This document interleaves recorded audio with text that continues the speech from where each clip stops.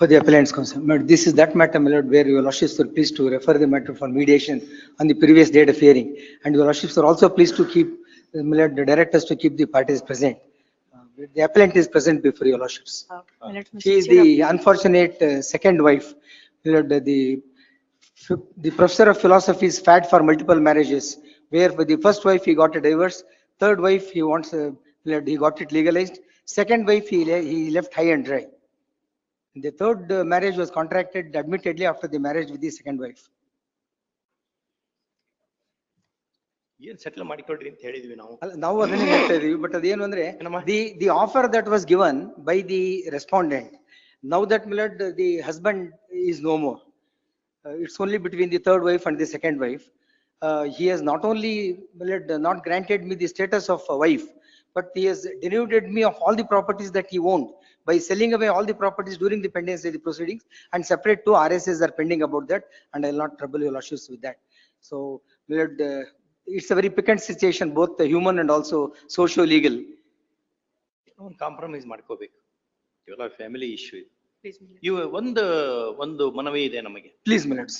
ಈ ಕೌಟುಂಬಿಕ ವ್ಯಾಜ್ಯಗಳೇನ್ ಬರ್ತಾವ, ಅವುಗಳನ್ನ ಎಲ್ಲಾ ವಕೀಲರು ಕನ್ನಡದಲ್ಲೇ ನಡೆಸ್ತಕ್ಕದ್ದು. ಯಾಕೆಂದ್ರೆ ನೀವ್ ಏನ್ ಆರ್ಗ್ಯೂ ಮಾಡ್ತೀರಿ ಅಂತ ಅವ್ರಿಗೆ ಗೊತ್ತಾಗಲ್ಲ, ಅವ್ರು ಹಿಂದಿರ್ತಾರೆ.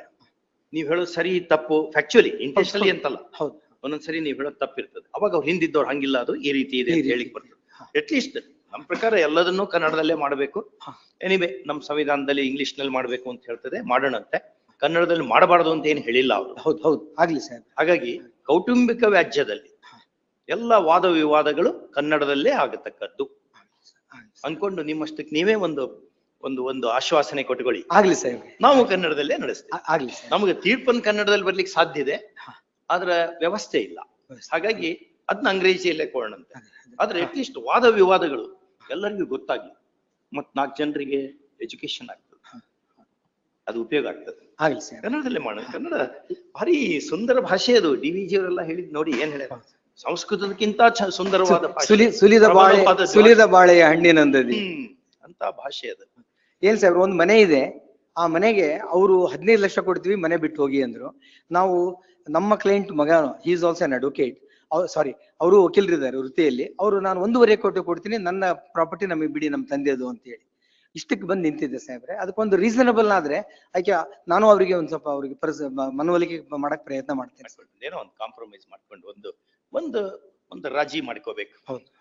ಅಲ್ಲ, ಈ ಕೇಸಲ್ಲಿ ಅದು ಒಂದೇನೆ, ಯಾಕೆಂದ್ರೆ ಕಾನೂನಾತ್ಮಕವಾಗಿ ತುಂಬಾ ನನಗೆ ನ್ಯಾಯ ಕೊಡ್ಲೇಬೇಕು ಅಂದ್ರೆ ನಾನು ತಮ್ಮನ್ನು ಒತ್ತಾಯ ಮಾಡೋದು ಕಷ್ಟ ಆಗುತ್ತೆ. ಆ ಪರಿಸ್ಥಿತಿಲಿ ನಾನಿದ್ದೀನಿ. ಅವ್ರು ನೀವು ಇಬ್ರು ಮಾಡದೇ ಇದ್ದಾಗ ನಮ್ಮ ಆದೇಶವನ್ನ ನಿಮ್ಮ ಮೇಲೆ ಹೇರುತ್ತೇವೆ, ಅದು ಖುಷಿಯ ವಿಷಯ ಅಲ್ಲ ಅಷ್ಟೇ. ನಮ್ಮ ಆದೇಶವನ್ನ ಹೇರುವ ಅಧಿಕಾರ ನಮಗಿದೆ. ಆದ್ರೆ ನಿಮ್ಮಷ್ಟಕ್ಕೆ ನೀವೇ ರಾಜಿ ಮಾಡ್ಕೊಂಡ್ಬಿಟ್ರೆ ಅದಕ್ಕೆ ಆಸ್ಪದ ಇರೋಲ್ಲ. ಒಳ್ಳೆಯ ತೀರ್ಪು ಕೆಟ್ಟ ಮಧ್ಯಸ್ಥಿಗಿಂತನೂ. One sincere apologies, my lords. Respondent number 2 inform ಮಾಡಿದೆ my lords over phone, but since yesterday she did not lift my call, my lords, so she could not be present. I don't know what is the situation over there. Date ನಾವು ದಿನಾಂಕ ಕೊಟ್ಟಿದ್ವಲ್ಲ, ನಿಗದಿ ಮಾಡಿದ್ವಲ್ಲ, ಇವತ್ತೈದು ಸಾಹೇಬ್ರೆ. Prior only I have informed, my lords. What is her situation over there? I don't know. I think she resides somewhere in Bangalore or Mysore. I don't know. ಯಾವ ಊರವರು ಅವರು? ಧಾರವಾಡದಲ್ಲೇ ಅವರು ಸಾಹೇಬ್ರೆ. ಅವರು teacher ಕೆಲಸ ಮಾಡ್ತಿದ್ರು. ನಮ್ಮ ಪತಿಯವರ ವಿದ್ಯಾರ್ಥಿ ಆಗಿ, ಆ ವಿದ್ಯಾರ್ಥಿಯನ್ನ 3ನೇ ಮದುವೆ ಆಗಿದ್ರು. ಅವ್ರು ಇಲ್ಲೇ ಇದಾರೆ ಅಂತ ಮಾಹಿತಿ ಇತ್ತು, ಅದನ್ನ ನಾನು ಕರೆಕ್ಟ್ ಆಗಿ. She is not residing in Dharwad. ಧಾರವಾಡದಲ್ಲಿ ಇಲ್ವಾ? ಇಲ್ಲ, ಮೈಸೂರು ಅಥವಾ ಬೆಂಗಳೂರು ಎರಡು ಊರಲ್ಲಿ ಬಂದು ನಾನು ಇನ್ಫಾರ್ಮ್ ಮಾಡಿದ್. ನಾನು ಆಲ್ರೆಡಿ ಪ್ರೀವಿಯಸ್ ಡೇಟ್ ಆದ್ಮೇಲೆ ವೆರಿ ನೆಕ್ಸ್ಟ್ ಡೇನೆ ಇನ್ಫಾರ್ಮ್ ಮಾಡಿದ್ದೆ ಸ್ವಾಮಿ. ನಿನ್ನೆ ನಾನು ಫೋನ್ ಹಚ್ಚಿದ್ರೆ ಲಿಫ್ಟ್ ಮಾಡ್ತಾ ಇಲ್ಲ. ಯಾವತ್ತು ನಾವು ಪೋಸ್ಟ್ ಮಾಡಿದ್ದನ್ನ 10/9 ಆಗಿದೆ ಆದೇಶ. On the same day I informed her. ಬರ್ಬೇಕಾದ್ರೆ ತಿಳಿಸಿದೀವಿ.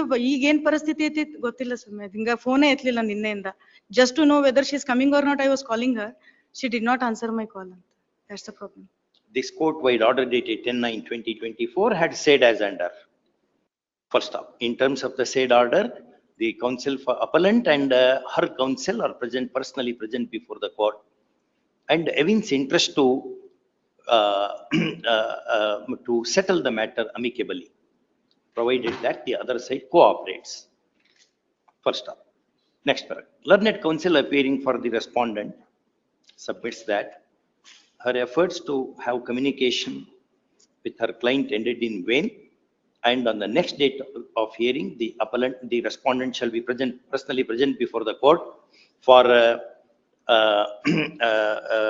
trying an amicable settlement. Full stop. In view of the above, call this matter day after tomorrow, next week. Please, next week. One date, query. Registry to send a copy of this order by speed post immediately to the respondent for information and needful action. One compromise ಏನೋ ಮಾಡ್ಕೋಬೇಕು. Please, ಇವನ್ನೆಲ್ಲ case ಮುಗಿಸೋದಲ್ಲ ಇದು. grateful manager. Next.